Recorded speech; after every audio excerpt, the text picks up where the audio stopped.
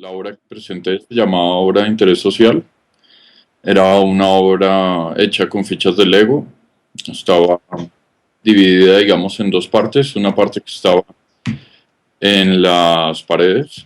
Es un cuadro pequeño y una reproducción del mismo cuadro, pero la reproducción del mismo cuadro está abajo, en el suelo. Y de lo que trataba básicamente es de las de las obras sociales que se hacen en diferentes países, eh, generalmente con medios económicos más bajos de lo presupuestado a veces o simplemente con deficiencias en materiales en muchos sitios. Por otro lado, también había algo que me interesaba y era, como siempre, vivimos en una sociedad que está muy interesada en lo accidental, en una sociedad donde digamos que eh, los accidentes suceden constantemente y de alguna forma, aunque muchos lugares o muchos documentos a los que accedemos tratan de ser, digámoslo así, objetivos, en general se llega a algo, una búsqueda un poco más amarillista del accidente.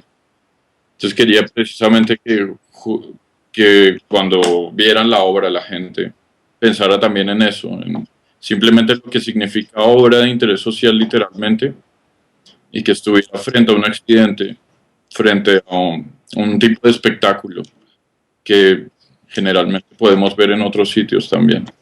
Hace mucho, cuando he trabajado en general con fichas de Lego, siempre he pensado que es un medio muy infantil, es un poco ingenuo, naif, y al mismo tiempo creo que eso le da un poco más de fuerza para que temas, digamos, que son a veces muy serios, los podamos tomar de una forma más sarcástica y y a veces un poco más allá de si vemos una imagen totalmente literal de, de un problema social que tenemos. Creo que en eso está bien, era una obra que la hice muy chiquita y que a veces cuando fui a ver la exposición la veía súper diminuta frente a otras obras que tenían un tamaño mucho más monumental, por así decirlo. Pero, pero me gusta eso.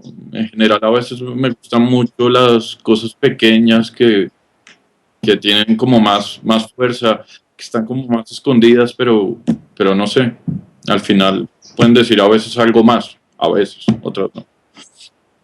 Sí, en general, pues eso, el título a mí me gusta que sirva como un disparador, algo que active de alguna forma lo que pensamos o lo que yo, digamos, como darle una ruta al espectador hacia dónde seguir.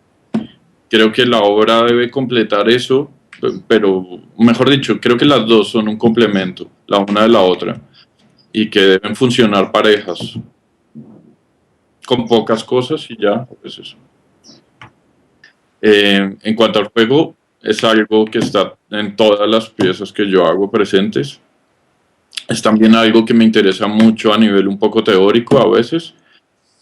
Y no sé, siempre he pensado que los juguetes de alguna forma eran como un ready-made muy bien desarrollado. Eso como cambian constantemente de función, depende del momento con el que nos acerquemos al juguete, en fin. Entonces creo que funciona muy bien en el mundo del arte.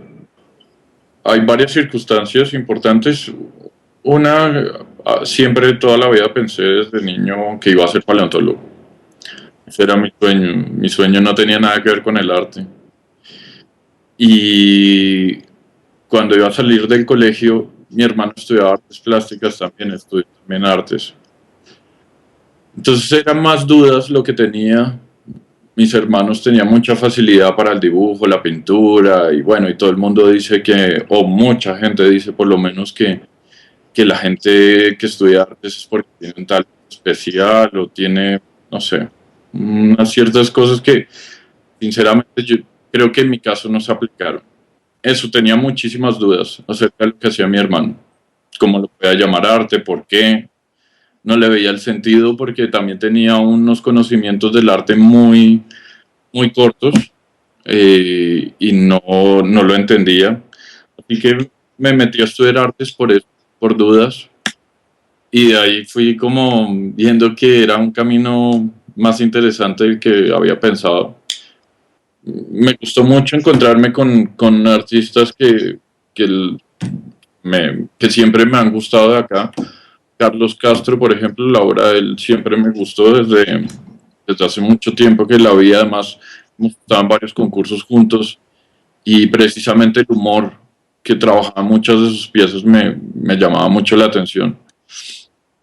La obra de Andrea Costa también me gustó muchísimo. Bueno, creo que la curaduría estaba muy bien.